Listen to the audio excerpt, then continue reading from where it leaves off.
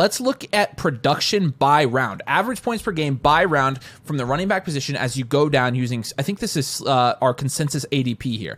And there's a couple things we're going to look at as we go down this. Average games missed and age, because a lot of people are coming out this year and saying, oh, actually, you know what? I'm totally comfortable with some of the running backs later here.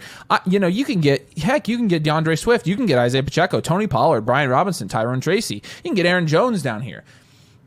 And yes, some of those guys from a production standpoint have had comparable seasons, even recently, to the guys going at the top of drafts in the second or third round.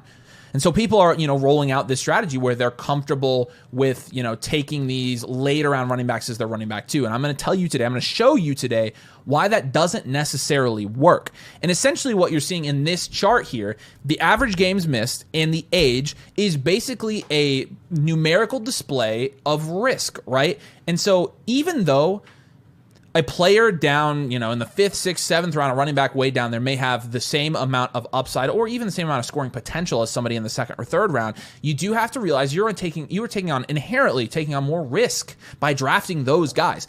The value up top is not necessarily in a giant production premium, because if you're looking at the average points per game from the 2nd round to, for example, the 5th or 6th round, you're talking about within 2.5 points, right? And so that's not a huge, in terms of value of a replacement, that's not a huge gap in production. But what you're paying for is the security and the safety. And what we've learned is safety and security at the running back position in fantasy football is everything. So essentially the rule for your drafts this year should be you need to take at least one running back in the first 2 rounds, or your fantasy football season's probably screwed. Now, of course, there are going to be exceptions to this. People are going to go double wide receiver and they're going to win their league.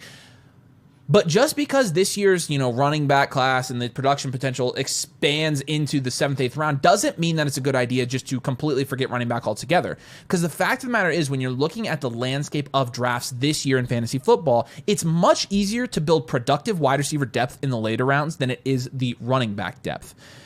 And so we have to understand that there are levels to this. There are levels to running back production and risk. Again, you have to balance those two things.